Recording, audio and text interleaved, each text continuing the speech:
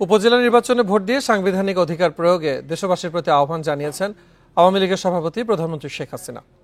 দুপুরে রাজধানীর বঙ্গবন্ধু অ্যাভিনিউয়ের কেন্দ্রীয় কার্যালয়ে কথা জানান দলের সাধারণ সম্পাদক ওবায়দুল কাদের। কেন্দ্রীয় নেতৃবৃন্দের সঙ্গে ঢাকা মহানগর উত্তর ও দক্ষিণ আওয়ামী লীগ ও সহযোগী সংগঠনের সভাপতি সাধারণ সম্পাদকদের যৌথ সভায় তিনি অভিযোগ করেন, বিকাশে কম খরচে ক্যাশ আউটের লিমিট বেড়ে 50,000, প্রিয় এজেন্টও 2টা। নির্বাচিত সরকারকে সরিয়ে দেওয়ার চক্রান্ত দীর্ঘদিন ধরে চলছে।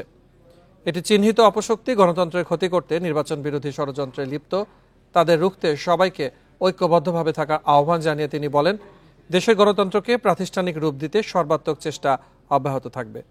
ভোট দিয়ে গণতন্ত্রকে সুরক্ষিত করতে ভবিষ্যৎ প্রজন্মকে আহ্বান জানান তিনি। বলেন, গণতন্ত্রের ধারাবাহিকতা ও স্থিতিশীলতার কারণেই উন্নয়ন সম্ভব হচ্ছে।